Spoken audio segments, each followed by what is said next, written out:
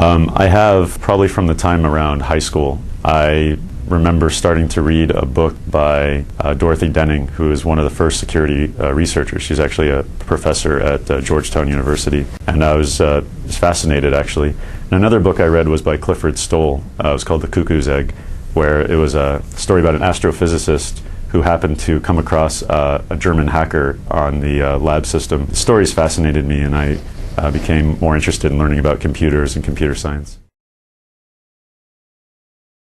Today, the people that have the ability to discover a vulnerability is actually a growing and sizable group all across the world. And it didn't always used to be this way. In fact, several years ago, maybe 5 or 6 years ago, the number of people that could really discover a software flaw, you could probably count on 2 hands. So what we wanted to do at TippingPoint was reach out to this growing group and enhance our own research organization. So in a nutshell, what we're doing is we're buying vulnerabilities from these researchers. Now, they're not hackers, they're not bad guys, they're legitimate IT professionals in many cases that just discover or come across a vulnerability. So we're paying them for their findings. In a sense, we enter into a contract for intellectual property, and then what we do is we give the information free to the affected vendor. So if one of these guys discovers a vulnerability in Microsoft Windows platform, we'll buy the vulnerability, essentially buy their silence, and we'll give the vulnerability to Microsoft. And then of course what we do with it, we write a protection filter in our intrusion prevention product, and that's deployed to all of our customers.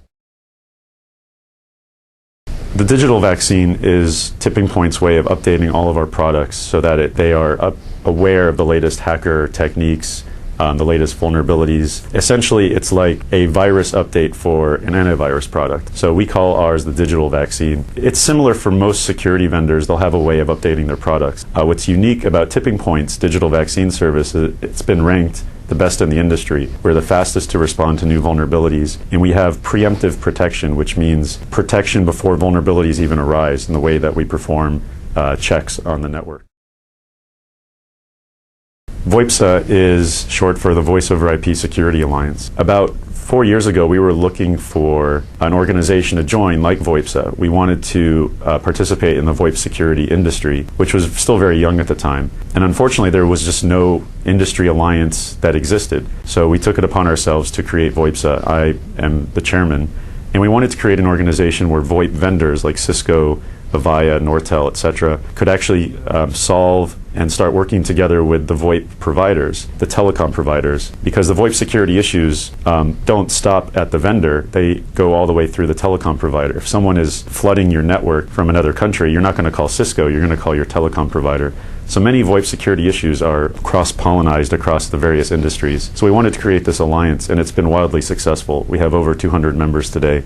We've done quite a few things to help the industry along.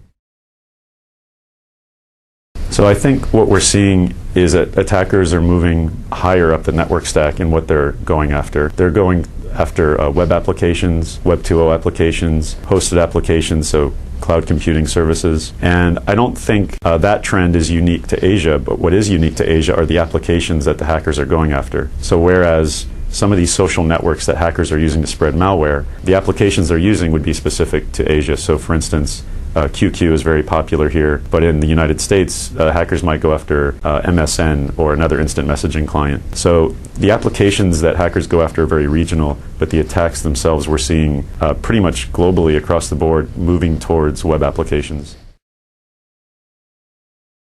What keeps me awake at night is making sure that TippingPoint is ahead of what the latest threats are going to be. And so we spend a lot of time looking at trends, talking to security researchers, making sure that we have a good bead on what's coming. And so far we have. We're looking at the coming threats, what hackers are doing, what motivates them, and what they're going to try and do to our customers next. So we have to stay ahead of them.